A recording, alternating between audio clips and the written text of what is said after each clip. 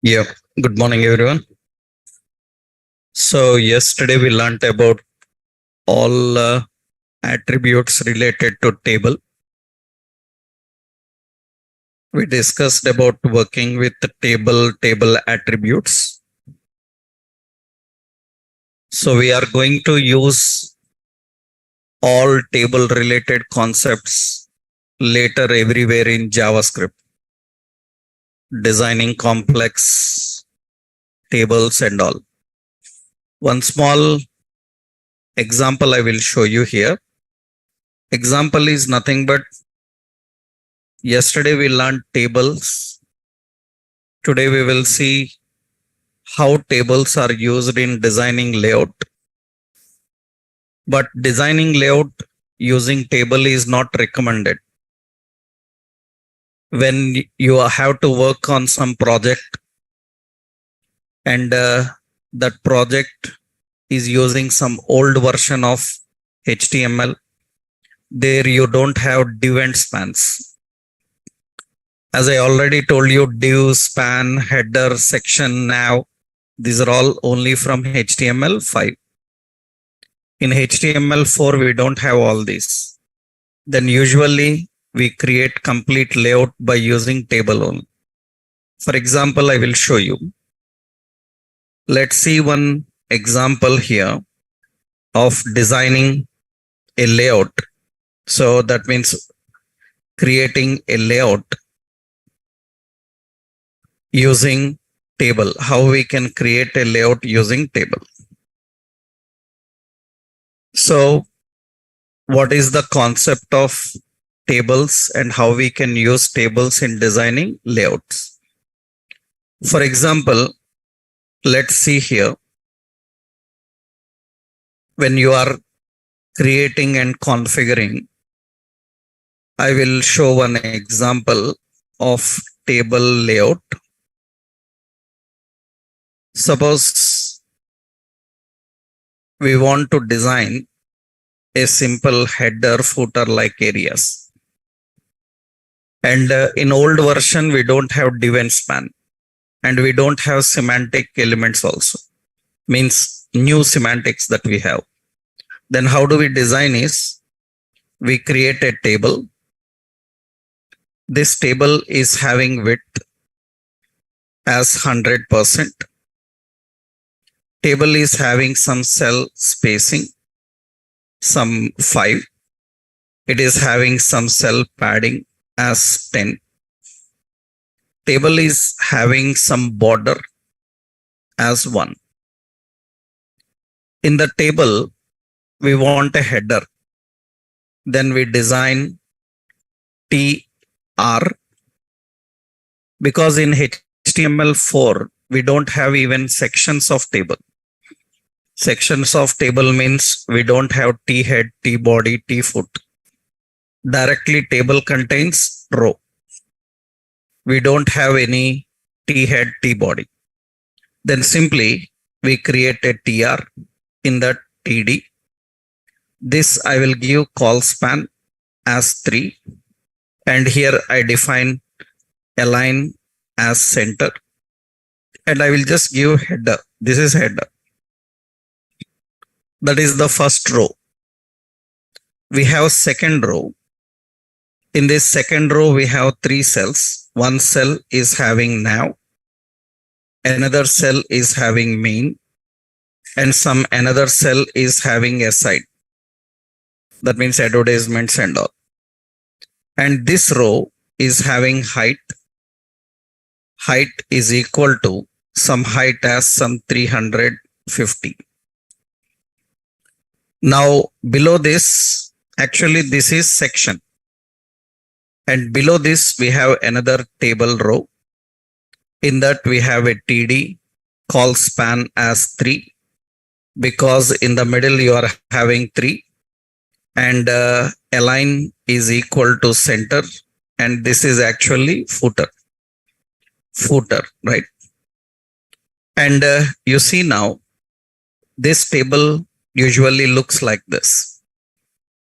So that is the table with a layout. That is the table with layout. And we want navigation less and aside also less. Then for navigation width, we give as some 20% of browser. And this width also 20% you defined here. Then automatically it will display in this way.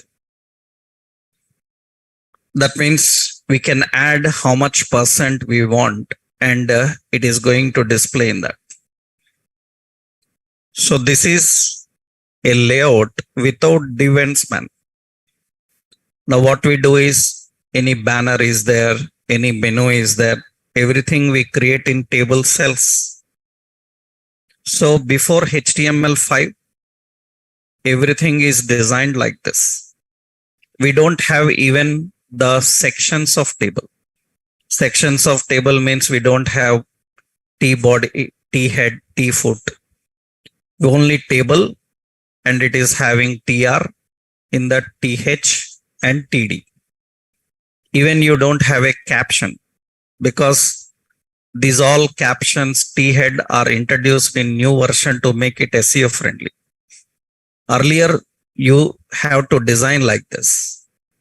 And generally what happens is, in many designs, suppose you see now, I remove the frame. Frame is equal to void. Then you can see this is the layout here. And many times what they do is, for table, they don't give border. Directly they put some content without border. So user don't feel like a table. It looks like a normal content. That means if there is no border, border is 0, then it looks like this. Later, if you have some menu, main, header, footer and all, they will be arranged. So, but you can see the border now, you can see the divisions clearly. So all websites, every website in the world before HTML5 was designed by using table. Actually, 8-10 years back, when we train HTML concept, first we start with table only.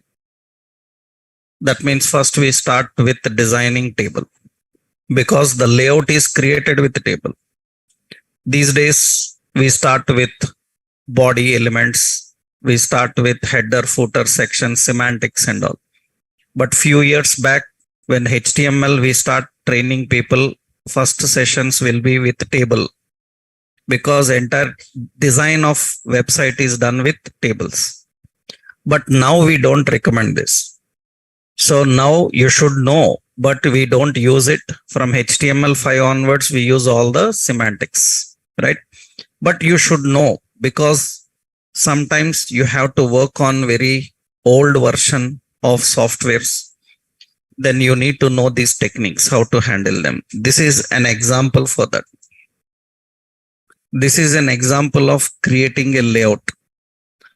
You can create any kind of layout. You can have even a table inside table. You can have nested tables. For example, scene. Suppose I'm giving a simple, another example. You remembered we designed Amazon layout, carts layout like. Suppose in this carts layout like, I need to create such boxes, 1, 2, 3, 4. And if I want to create such boxes, that means these are the boxes we are having, cards. And after that, below you see there is some single box. After that single, actually it is done with the table also. Now with the table, how you do this all? Actually, with the table, how to do this, I will show you here. Let's say another example. With Amazon cards, we have a table. So for this table, same width is defined to 100%. Border we set to 1. Let's say frame is equal to void. Cell spacing is equal to 5. cell padding is equal to some 4 or 5, this also. Now in this table, you see here, we need to create 4 columns. That means we have one row. In that we have 4 columns, means 4 cells. First cell, second cell, third and fourth. 4 cells are created. Now you see here this row is having some height as 300. And you can see this is the cells. These are cards.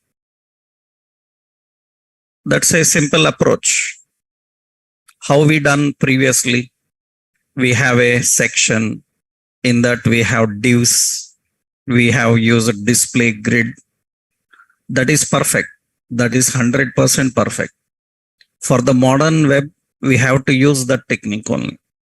But if any website is using some old versions, then they don't have the options like div spans. Then they have to design like this. And now inside every card, again 4 I want.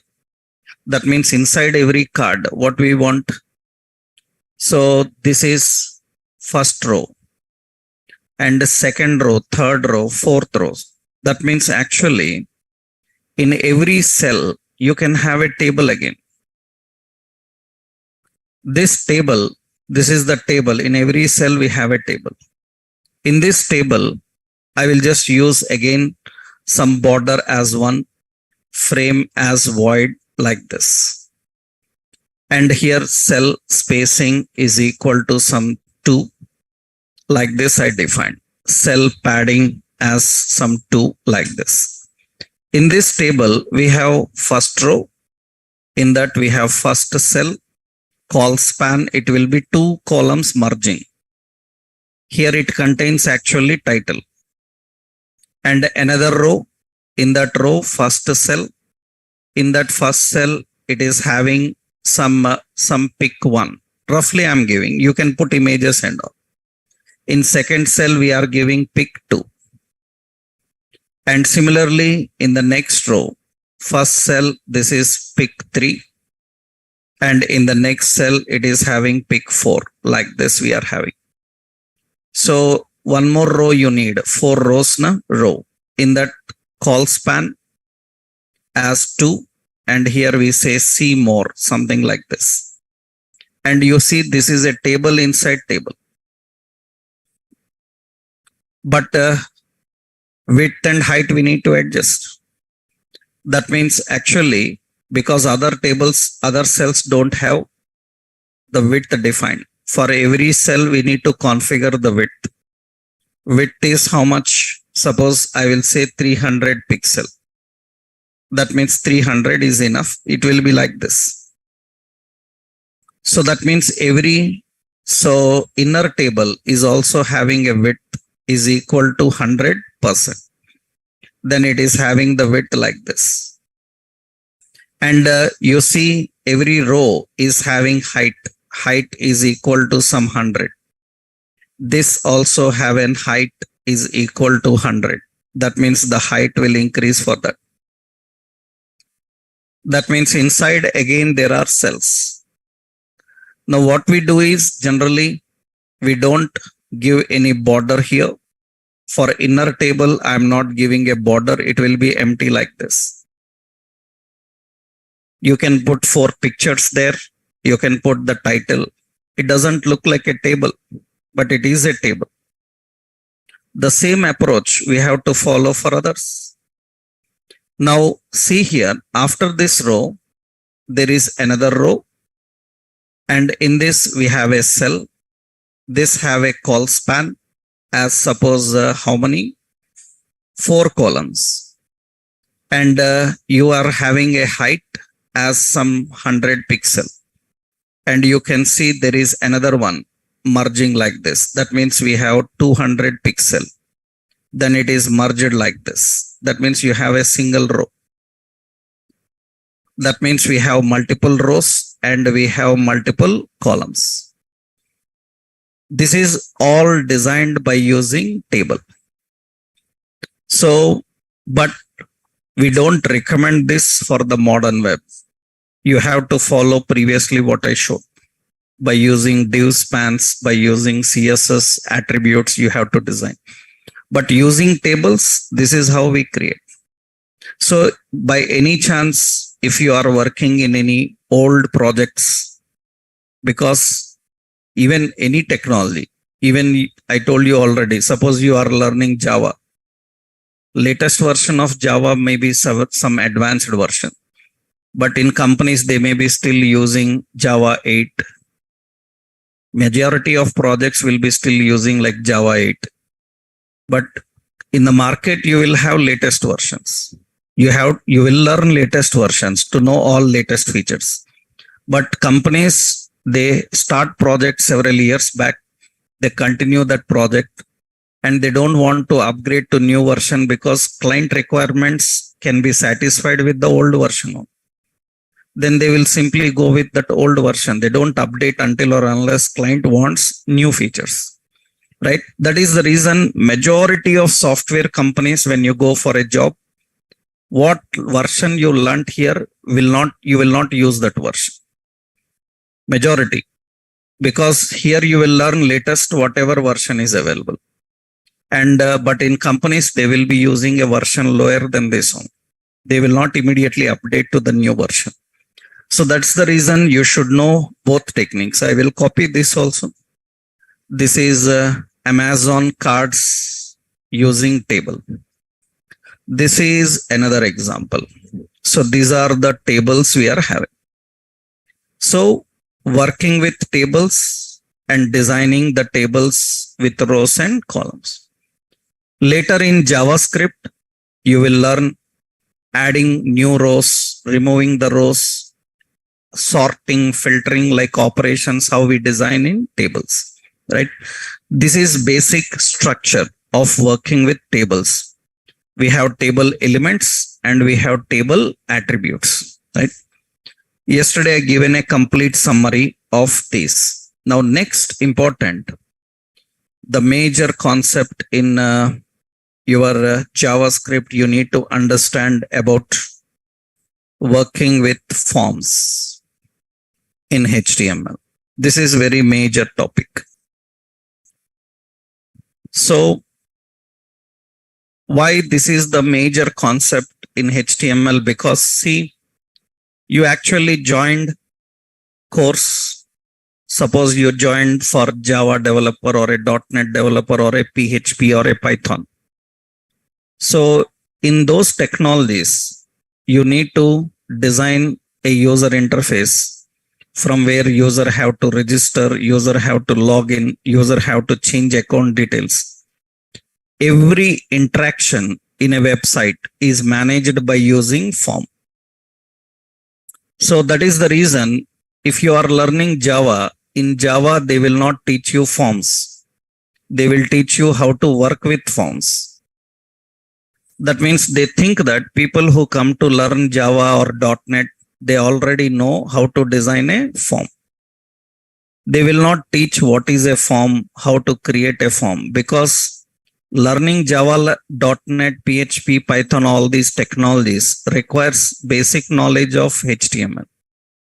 Usually they think that you have HTML knowledge and they will show you how to work with forms. So if you haven't learned what is a form, how to design a form, you can't handle those technologies. That is the reason these days for students, what we do is for every batch, even they don't join for HTML or JavaScript and all because they don't know the priority. They directly want Java. Because usually these days, actually, if anybody have to learn perfect programming, first he need to come with the language C. After learning C, he must learn C++. Then after C++, then he is ready for learning Java or .NET like technology. But these days, you people are very busy. You don't have time, right? And if we say that you have to learn C, C++ and Java, then you will say, then I will go to another institute where they will directly teach me Java. That's the reason for your brain sake, they say that, okay, as you wish. That's the reason many people are very poor in programming even after learning programming. Why? Because the sequence of programming you learned is not correct for software industry. Is not correct for software industry. We are forcing our people to learn a technology very complicated without knowing the basics. That is not correct actually. That means we should not recommend. But these days, if we do that, you will not join. You will simply say that somebody else will teach me directly. That's the reason, for market sake, they have to force you. So many people don't know the priority of the languages. So that is the reason everybody faces problem in software development. Many people face problem because a Java person don't know what is a condition. In Java, we should not teach what is a condition. That means a person who comes to learn Java, he should already know what is a condition, what is an operator, what is a statement, what is a function. Then he is ready for Java like technologies. So due to that, what happens is people think that HTML is just a add-on course for Java or .NET or PHP, because they don't know the priority. When you go to software companies, you will feel like you don't know anything. That without the knowledge of this, right? You cannot call yourself as a Java .NET developer without knowing the front end like HTML and JavaScript. That means why we force our people to learn this, because they can't survive in companies as a Java developer without this. They don't know that, but we need to tell them that, okay, you learn this. This is important. So that's the reason they give you some free, like HTML, JavaScript. Then you feel like HTML, JavaScript is a free course. It is just for time pass for Java. No, without this, you are not a Java developer at all in software companies. That is the reason you need to know the priorities. And the everyday life of Java .NET developer will be with forms. Every day he will be working with forms. So what is the concept of form? Actually, form provides an UI from where user can interact. Form provides an UI from where user can interact with our application. User can interact with our application. So user can submit a query so that our application will process the query and generate a customized response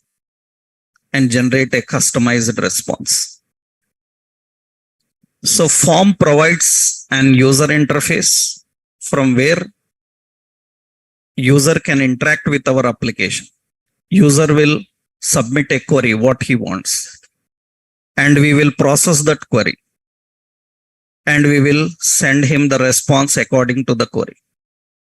So when web started, in the beginning days of internet, we don't have any interactions, because you may be using internet from past few years.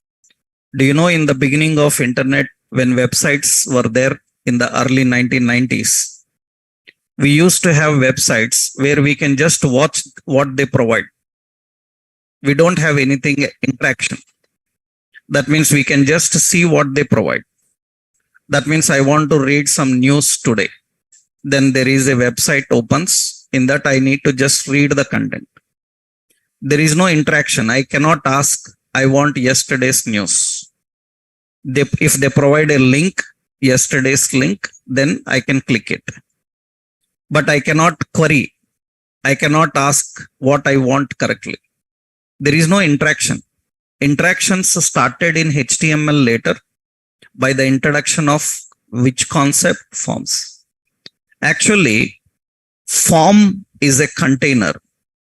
Form is a container with a set of elements. Is a container with a set of elements like button, text box, check box, radio, list box, drop down, etc. So many will be there. Form is a container with a set of elements. With all these elements, we can handle the interactions. So we can manage interactions by using all these elements. I will show one example here. I will show a simple example here. Suppose let's open any software. Here I have some software like MS Word. In this MS Word software, so you have an option like this. This is a window. And in this window, you can see here, can you name this container, what it is called as? Can you name the container what it is called as? You have two categories. One is font, another one character spacing. Can you name that interface? Do you know its name, what it is called as? They are called as tabs. We call them as tabs. In browser also you have, no?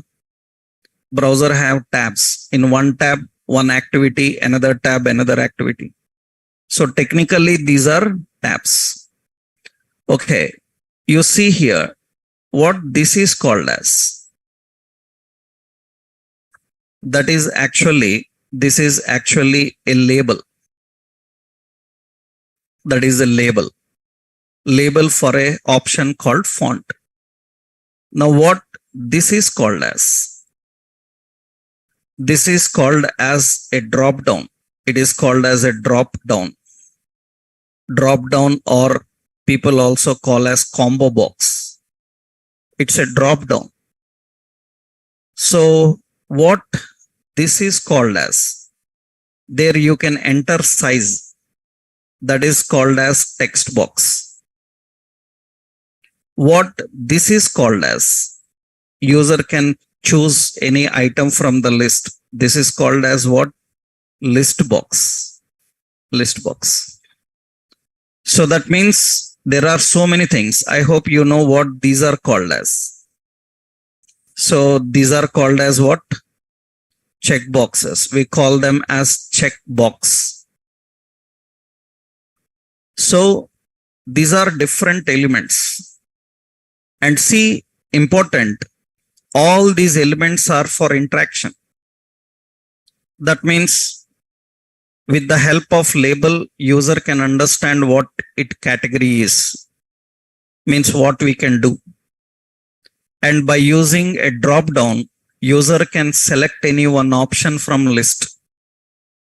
By using tabs, he can switch between categories.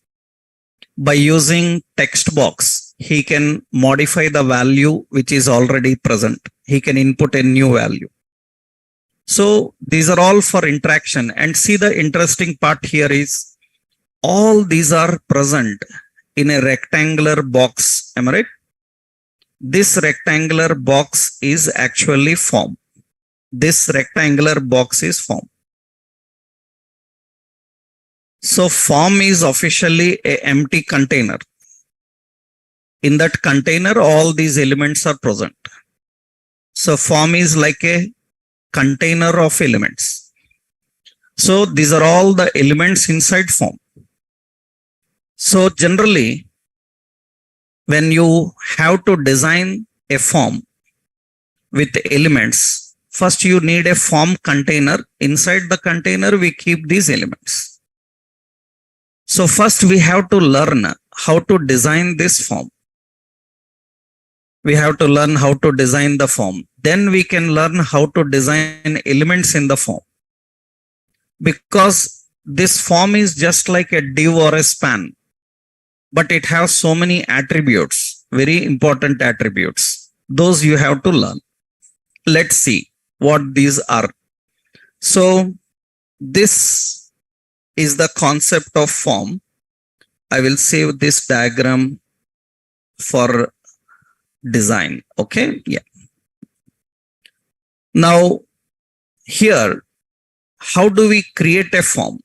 So for that we have so many things. So first we are going to learn the form container. We are going to learn the form container. After that, we are going to learn the elements in the form container. First, we need a form. Actually, it is a container with a set of elements. It is a container with set of elements which can be submitted, which can be submitted to server. It is a container with set of elements which can be submitted to server. So set of elements which can be submitted to server. So form container, actually every web page can have multiple forms. Every web page can have multiple forms. The DOM hierarchy for form element is, the DOM hierarchy form element is like this. Actually, it will be window. In that document, in that we have forms. This is the hierarchy. So what this indicates, this is an collection. This indicates collection. So that means in a document, forms is an array. Forms is an array means you can have multiple forms. So if anybody asks, can we have multiple forms in a page? Yes. Because in a document, window means it represents browser. In window, you have a HTML page that refers document. In that page, you have a lot of things. We have images. We have different types of elements. Along with them, in document, you also have forms. Actually, this is the DOM hierarchy, which you will learn in JavaScript how to work with that hierarchy. Just see the point. This is the actual DOM hierarchy. This is how the elements are arranged in a page. This is called the hierarchy of elements. This you are going to learn in JavaScript, how to access the elements and work with them. Now see here, in this hierarchy, actually this part is related to browser. Usually this part is called as BOM, browser object model. In that browser object model, this part belongs to HTML page. This part belongs to HTML page. Only this belongs to HTML page. Rest belongs to browser. And this part which belongs to HTML page is called DOM. That means we have two object models, browser object model and document object model. HTML page related is DOM. And in that you see document, what is the parent element here? You can see the parent element is window. In window we have a document. In document we have forms. In the forms you can have elements. So this symbol square brace indicates it's an array. Array means it can be more than one. Right? That is the hierarchy of a form. Usually this is important later for JavaScript, how this hierarchy works. So form is a container, and where this form container comes in window, in document, forms. Now, how to design the container? So it is designed by using form token. It is designed by using the form token. And it is an empty container. It is having very, very important attributes. That means syntactically we design like this. We have body. In the body section, we design a form. And here we keep form elements. After that, the form close and the body close like this. So buttons, text box, checkbox, radios, list box, everything is kept inside this form container. All the form elements are defined in the form container. Now, what are the important attributes? What are the important attributes for this form container? First, we should learn about the container, then we can learn the elements in container. Inside the container, how to keep elements. First, we will see the empty form related things. That's very important. See, I'm creating a new page. Let's name this as forms.html. And here I'm creating a simple page. This is forms, and here we have a simple form container. And in this, we are having some heading like some register user. Some heading we are defined. Usually, when we run this, you will not see any special there. Because form is a container just like a div or a span. Just like a div or span, it is a container. It's an empty container. For example, we are configuring style. In that we are giving form, and for form width is some 500 and height is some 150 or 200. You see, this is an empty form here, and we have border 1 pixel, solid gray. Okay, and you can see this is the form. That is a form. Actually, that is a form. So we have a padding. No need of giving these styles, just to show you. So form is an empty container. Inside that form, all the elements are kept. Then what this empty container have? Attributes. So many important attributes are there for this container. What are the important attributes for form? First, form have an ID, form have a name, and form have a class. Every element in HTML will have ID, name, and class. These are basic. Every element will have an ID, will have a name, and will have a class. Actually, all three are used for reference. We can use ID for referring, we can use name for referring, and we can use class. What is difference between ID, name, and class references? You will see and learn in JavaScript. In HTML, we don't have any use of that. In JavaScript, you will learn when to use ID, when to use name, and when to use a class. Actually, all three are what? Reference techniques. In a page, you can access any form by using ID, by using name, or by using class. But when to use ID, what is difference between ID and name and class, that you are going to learn in JavaScript next levels. So all these three are nothing but these three are having the same definition. That means reference techniques. used to access a form, in page.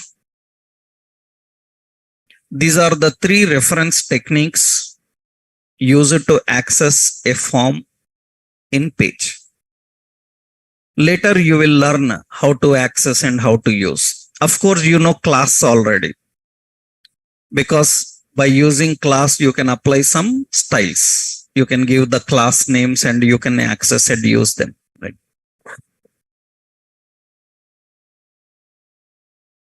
So that is how we can configure and define. These are the attributes. Every element have these reference attributes called ID, another one name, another one class.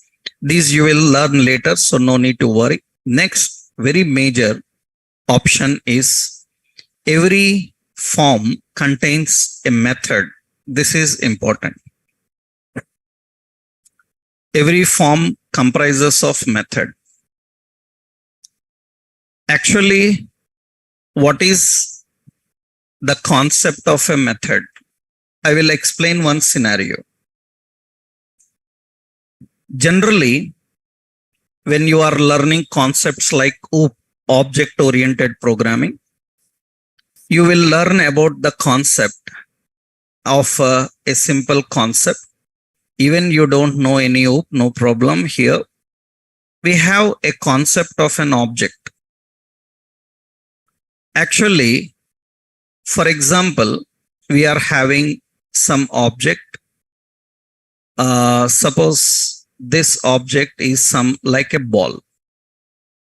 So this object is something like a ball. This is an object. So this object is having some details. This object is having some radius, as suppose some 5 something. It is having border as red. It is having fill color as what? Yellow. So these define how an object looks like. That means the radius, the border, the fill color, they define how the object looks like. And these are called as, we generally call these as, we call them as properties. An object contains properties. The properties define how it looks like. The height, the width, the color, these are considered as what? Properties. Now, what this object can do, what a ball can do, what activities it can do. So it can do activities like it can bounce, so it can roll, or it can explode like this. These are the activities which a ball can do. These are the actions which a ball can do. Then technically we call them as methods. Methods indicate what actions it can perform. That means how an object looks like. That is property. What activities it can do, what actions it can do. Technology in the world. So when you are, one second. Yeah. When you are designing an object, every object comprises of properties and methods. Properties define how it looks like. Methods define what activities it can perform. Now tell me, when these activities are performed,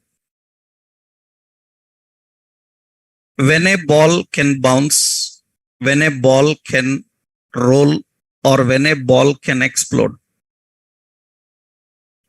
So when I throw the ball, it can bounce. When I roll the ball, it can roll. When I pin the ball, it can explode. Now, when the methods are performed, when these activities are performed, these are called as events. The event triggers an action. That means when you throw that means an event is triggered. And on throw, it will perform a functionality called bounce. So in software programming, designing, every object comprises of three basic things: the properties, the methods, and events. In any technology, when you are designing an object, that object have properties, methods, and events. Properties define how it looks like, methods define what activities it can do, and event define when it can do. Now, we will take this technically now. For example, you designed a button. Suppose you are creating a button, and this button is having some text inside as open, like this. This button is having width as 100 pixel. This button is having height as 30 pixel. This button is having text as what? Open. Like this is the description. It is having border red color, background fill color. How the button looks like, these are all comes under what? Properties. Now what this button can do? Button can do the activities. It can do the activities like it can open, it can close, it can save, it can submit, it can do a lot of things. Generally, these are the activities performed by the button. Then these are called as what? Methods. Remember, for open, you don't have a separate button. For close, you don't have a separate button. You have only one button which can do all. That means, can a open button close? Yes. If developer written a wrong logic, then open button can close. Because the button name is open, but the logic for that open he written as close. He can write like that. That is what our testing team will do. And our testing team will report that this button should open, but it is closing. So please check this. So that means only one button will be there for doing all this. According to the situation, we assign a functionality. And when it is going to open or close or save or submit, can you tell when? When a button submits, when a button will close, when user clicks. So what is click? Click is an event. On that event, it will do that particular functionality. Now, important, only click or something else can be done. There are so many. It's not only click. You can DBL click. DBL click is double click. You can use context menu. Context menu is right click. You can use mouse over. That means when mouse is over, it can do. It's not like button will do some work only on click. These are all considered as what? Events. So this I will save as events. Okay. So HTML. Okay. This all diagram I will upload there. So here the point is, every object that you design will have properties, will have methods and events. I hope you understood what is property, method and event. Property define how it looks like. Method defines the actions it can perform. And event defines when these actions are performed. So form is also having properties, methods and events. Every element in HTML has some properties, methods and events. So ID, name, class, these are the properties. By using these properties, you can refer the form. Method indicates what a form can do. What are the activities a form can perform? Method indicates the actions performed by a form. What a form can do. And remember, every HTML form can do only two actions. There are two actions. So method, it defines the actions to perform. Method defines the actions to perform. And very important is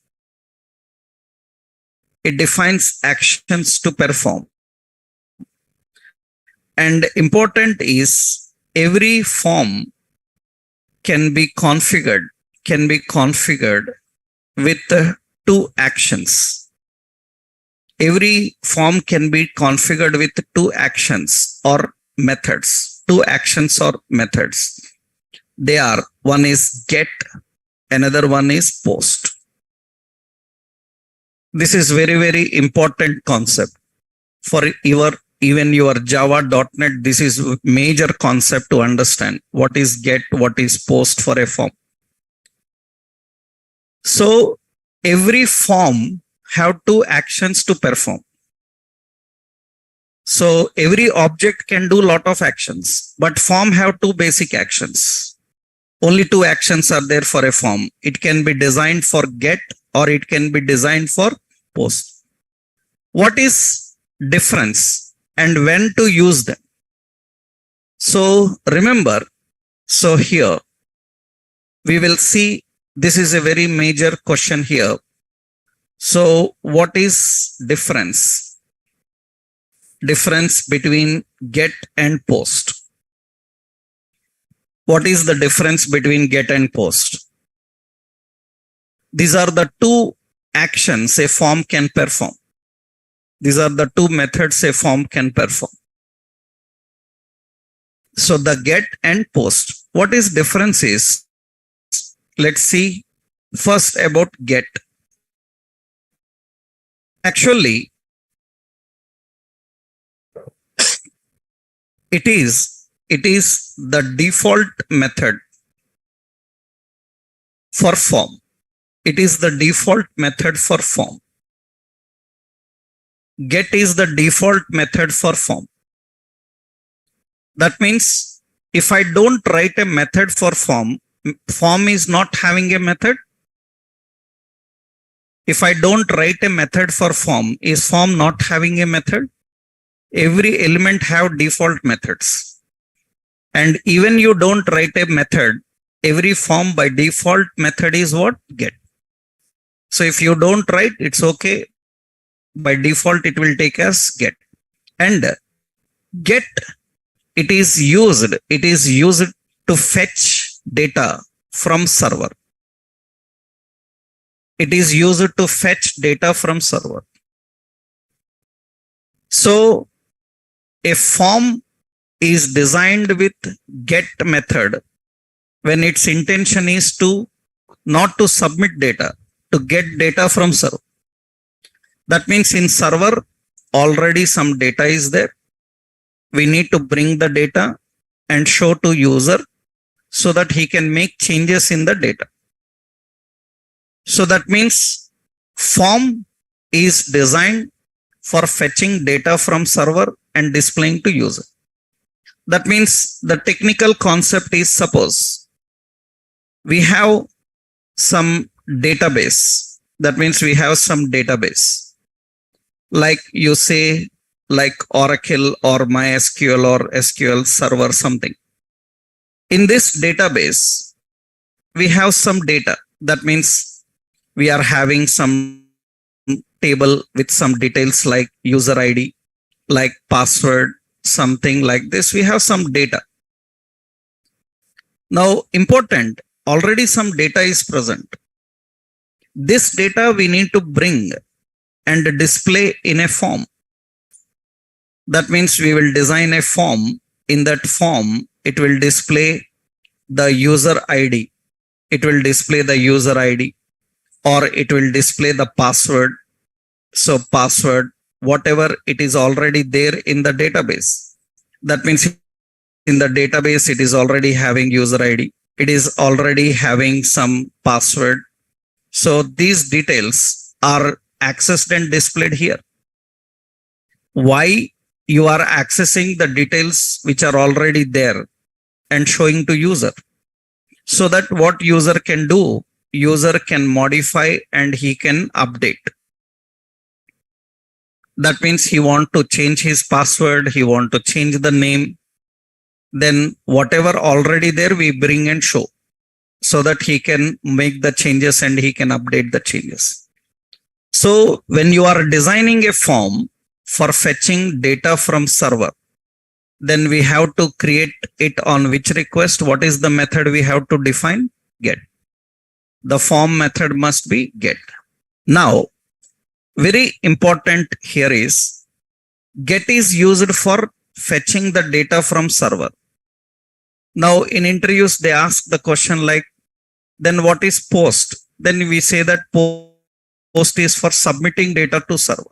If we want to submit some data to server, we do it on which request? Post. If we want to fetch, then we use get. Then in interviews, they ask, can we submit data on get request only? Usually data is submitted on which request? Post. Can we submit data on get request? Yes, we can submit. In some occasions we do that. Why we submit data on get request, not on post? We can submit. But what are the important points? Let's see. Actually, this is get. I will give you another option. What is it? Post. So it is configured. It is configured explicitly. Explicitly. It is configured explicitly. That means internally it is get. We have to explicitly means externally define it. And it is used. It is used to submit data to server. If we want to submit data to server, what is the best method? Post. So every form have two important methods. One is get, another one post. So usually we write like this. There are so many differences I will explain. So we have form, and form have a method. The method can be get or it can be post. Capitalization doesn't matter. So it can be get or post. And if you don't write method, by default it is get. Now, the question here is, so can we submit data to server on get request? Can we submit data to server on get request? The answer is yes, but not recommended. Recommended every time. Sometimes we do. So we can submit data to server on get request. We can submit data to server on get request, but not recommended every time. Why? I will show you the points. Why it is not recommended. So why it is not recommended? For that, you need to understand all points about get. If you know all the points about get, then you will understand. Actually, first thing, it submits the data. It submits the data by appending it into URL as query string. It submits the data by appending it into URL as query string. I will show you. I will explain all the points. So why we don't submit data on get request? Because it submits the data by appending it into URL as query string. Do you know what happens then? Every user can view your data. So it is easy to hack your data. It is easy to hack your data. So it is not safe. It is not safe. It is not safe. Very important. It is saved in browser logs. In browser logs. That means in browser history. So it can be bookmarked. It can be bookmarked. I will show you all these points. We will see that one by one.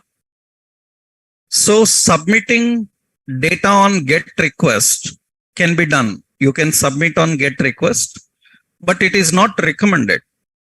Why it is not recommended? Because when you submit data on GET request, the data is appended into URL as query string. So everybody can see your data, what you are submitting.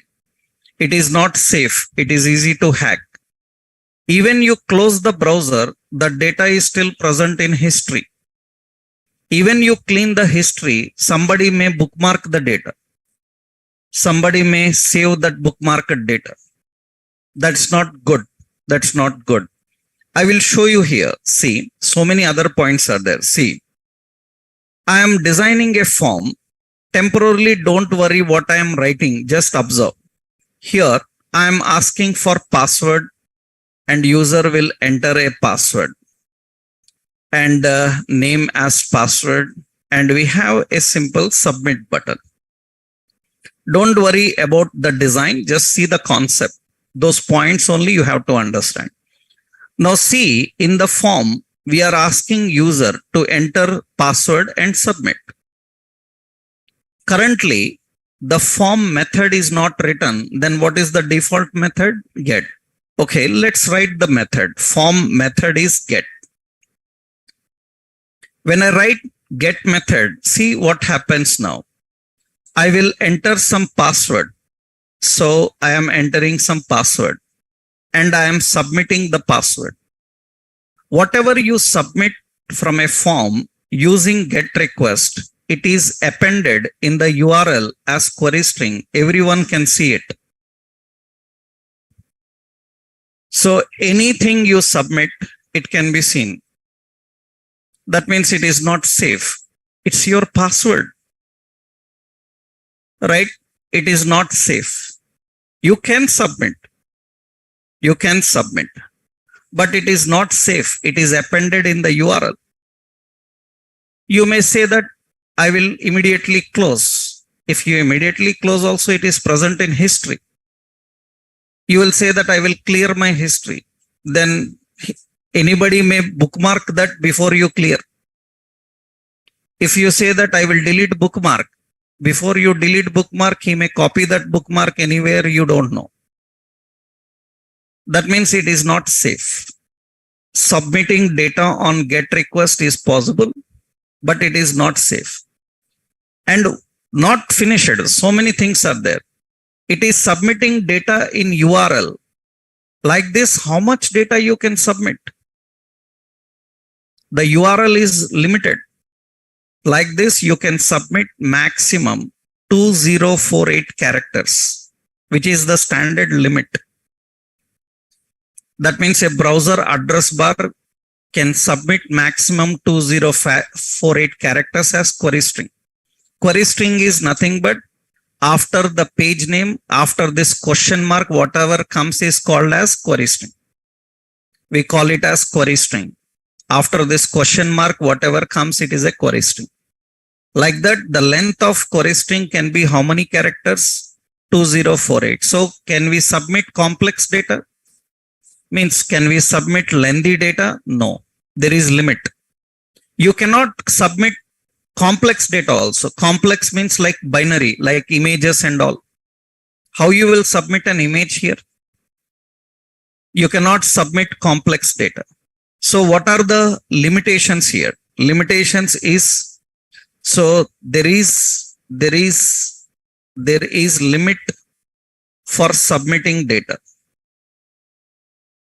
So it allows max 2048 characters. And very important, you cannot submit You cannot submit. You cannot submit complex data. Complex data. So complex data like binary data, you cannot submit. Binary data means usually it is used for images, graphics and all we use. We use this binary data. So we have limitations. So if so many drawbacks are there, then why they have given a facility to submit?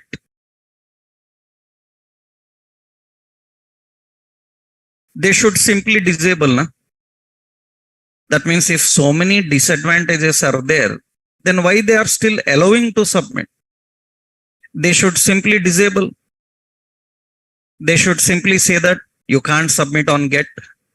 Why they are allowing on GET then? Why they are allowing to submit data on GET request if it is not safe, it is not secured? That means there might be some advantage. There might be some advantage which is suitable for some situations. If there is no advantage, why they have enabled this facility? So that means if it is not good, it is not safe, simply we disable it. We don't allow to submit.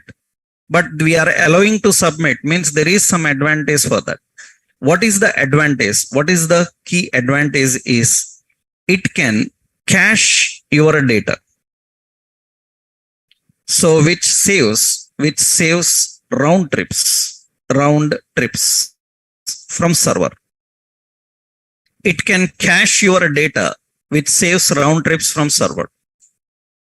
This is very important. Actually, when you are learning any web technology related to Java, .NET, PHP and all, the round trip concept is very important.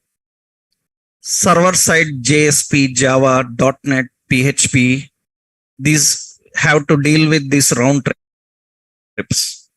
Actually, this round trip will be there in general databases also.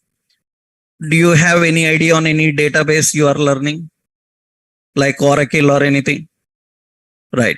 So if you have any idea on databases, you know connections, how to connect with Oracle or MySQL, you know connections. Have you heard about generally in databases you have connection? So that means connection indicates the string which is used to connect with database. Have you ever heard about connection pooling? Have you ever heard about connection pooling? It's a mandatory question asked for every database developer, because when you are working with database connections in your technology, then they ask how to pool the connections. It's very important also.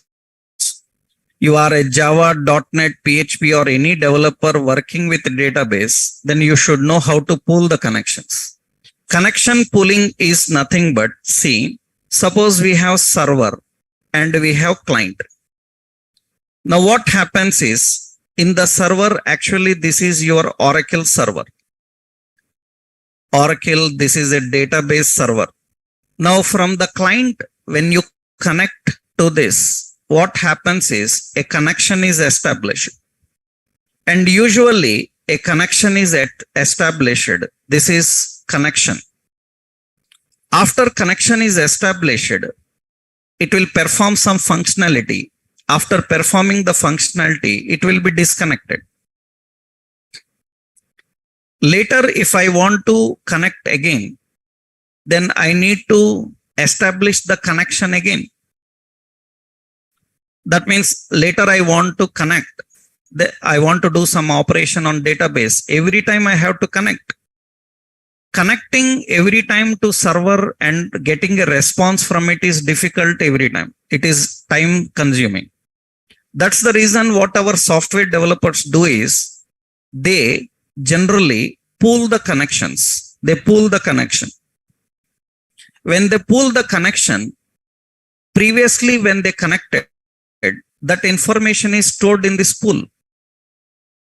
It is stored in the pool. Then what is advantage is next time they can directly use the pool and connect. Every time they don't need to open the connection. Connection is already open. It is in the cache. Cache means memory. And round trip means what? Every time you are connecting to server and server is responding. For that, every time manually you have to open the connection. But what is the advantage of pooling?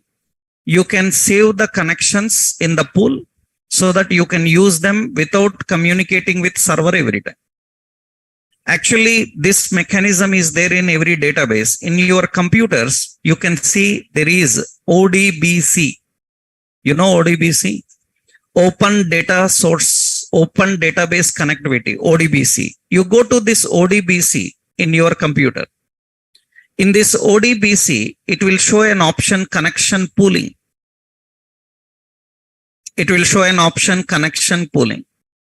That means whatever databases are there, it will show the list here. When you go to connection pooling, this connection pooling, currently I am having SQL Server connection. Like this, you can have Oracle and all. And what is connection pooling? See, it allows an application to reuse the open connection handles, which saves round trips to server. It saves round trips to server. It is a common concept in every database. You are learning database, you should learn how to pool your connections. Otherwise, you can't work in companies, because in companies, every connection is pooled and used. In companies, we don't write the connection only once. We pool the connections and we use. Every technology have to teach you how to pool the connection and use them. Without that, you can't work in real time, because in real time, every connection is pooled and through that you have to use. So what is the concept of connection pooling? Regularly used concepts are stored in memory so that we can access from the memory without connecting to server every time. Without connecting to server, it saves what? Round trips. The same thing here also. What is the advantage of caching the data? Whatever data you submitted, it will be stored in memory for some time. What is advantage? If you want the data again, it can get it from the memory instead of communicating with the server, so that your data is still available for some time. I will tell you the problem. If it is not cached, what will happen? You opened a registration form. In that registration form, 20 fields are there. You filled all the 20 fields and submitted to server. In that, one field have problem. Then what happened? Server returns the form again to you. This time again empty.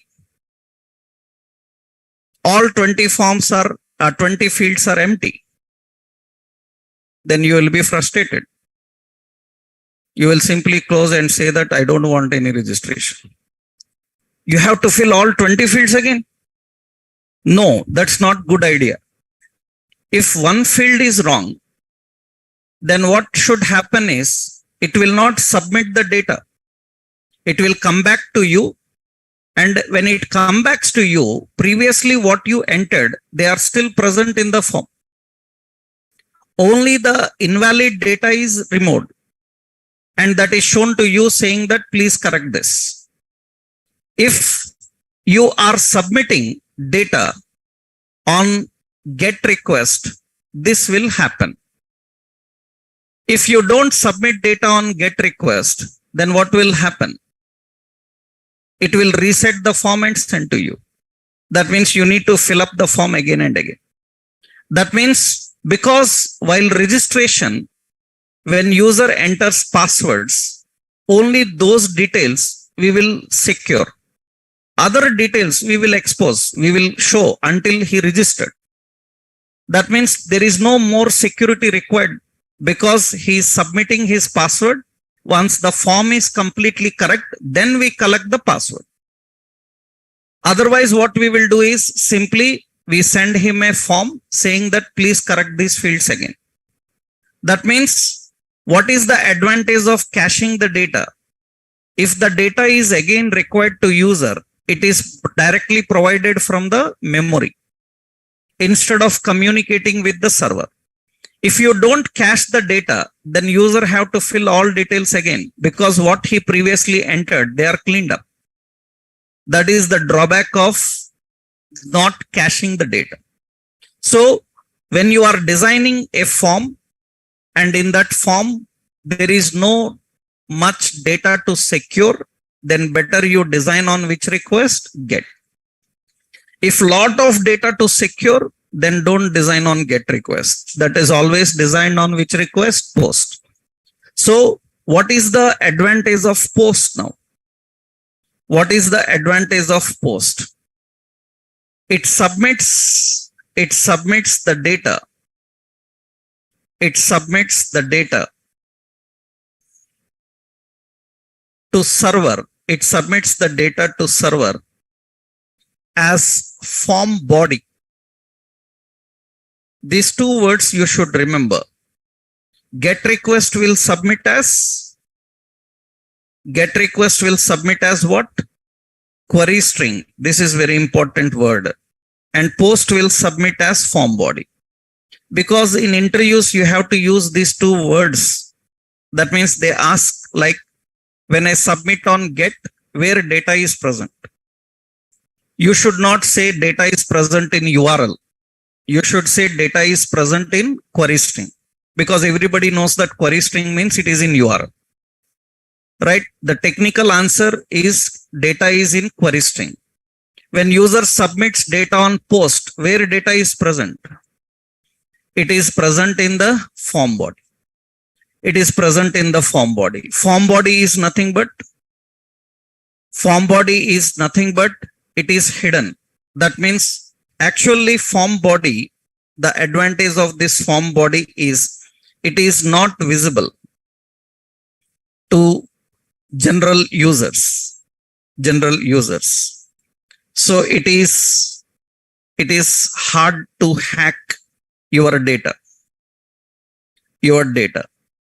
It is safe when compared to get. And it is not saved in browser logs. That means it will not save anywhere. So it cannot be bookmarked. It cannot be bookmarked. And there is no limit for data. You can submit any amount of data.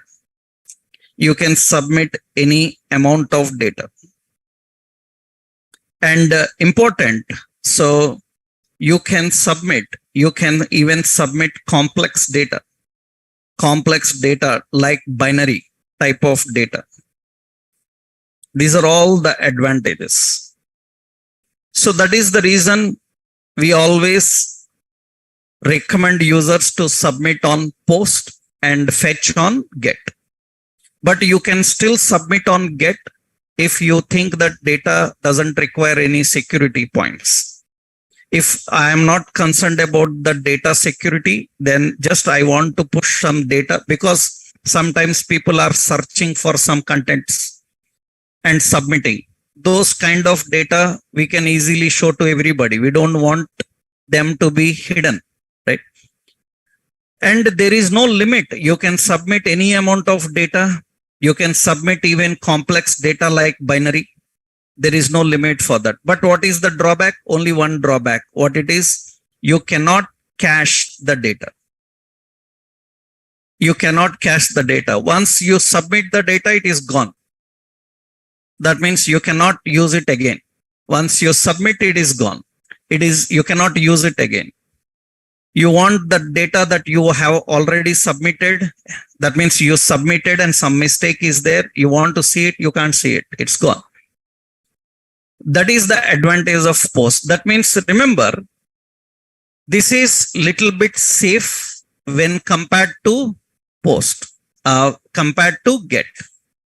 But remember, in computer technologies, in software devices, in electronic devices, there is no security. Keep this in mind forever. There is no security for any electronic device permanently. Every security have an option to break.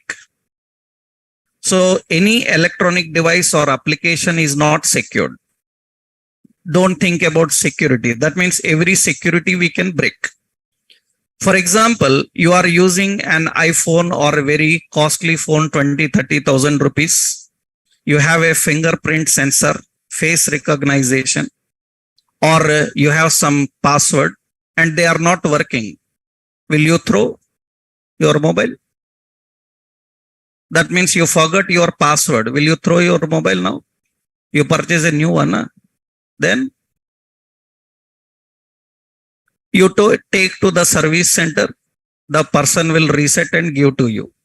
500 rupees he will take. That means you forgot your laptop password. Will you leave it? You forgot your laptop password. Will you leave it? Go. Purchase another new laptop? No. Right? In Amirpet and in Hyderabad, you have two underworlds. One is Amirpet, another one is Jagdish Market. Jagdish Market and Amirpet, these are the two underworld for software industry in all over India. All over India. That means these are the major underworlds. You go to Jagdish Market, a person will sit in a small box. In a small box, only one box. A telephone booth like box will be there with a laptop, and his education qualification may be maximum 10th grade or something. He is hacking Apple machine, Apple server, and he unlocks your iPhone. And he will charge 3,000, 4,000 for that. That is the level of security then. When last time, this time, not last time when Tim Cook came to Hyderabad, last time he came. Now recently he came to open Apple store in Delhi and other areas. So when he came last time, Hyderabad, he came to Hyderabad. So he want to see Jagdish Market, because that is the location where his iPhones are hacked and unlocked by a person who don't have any technical qualification. He is hacking and unlocking. He want to know what is his level of technology. That means Apple-like people are unable to prevent that. That means there is nothing secured. That means you say, for example, bank applications, they will not allow to take a screenshot. Am I right? From another phone, take a photo. What is secured then? What you are talking about? From another phone, take a photo. That's not. Will it prevent? Then what? Why you need a screenshot then? WhatsApp says that you can delete a message after sending if you done some mistake. Before you delete, somebody taken a screenshot. You sent a photo and deleted. You think that you done great job. But before you delete the photo, he can take a screenshot. Your photo is there. These are all, that means you are simply saying that I am locking my home. With a lock, I am locking and going out. It is safe. Anybody can break the lock, na? Then why you are locking? Even if you forget the key, you will break, na? Then why you are locking? Temporary satisfaction. Right? You have a temporary satisfaction that, okay, everybody will not break. At least while breaking, somebody will see. That means it is nowhere security. Nowhere secure. There is no chance at all. Every option we can break. But it takes time. That means our Home Minister Twitter account hacked. Our Home Minister Twitter account hacked. Then what he will do? What you will do after all? Right? Our Home Minister means high level security. His Twitter account hacked. Then what you are after all? That means that is the level of security. That means no security at all. Every security have options to break, but it will take time. It is very risky. Right? That is the reason everybody will not try. but some people do that as a job, and we call them as hackers, right? That means that is their job actually. They do that as a job. So, you see, we said that I will change this now. I will change this method as what?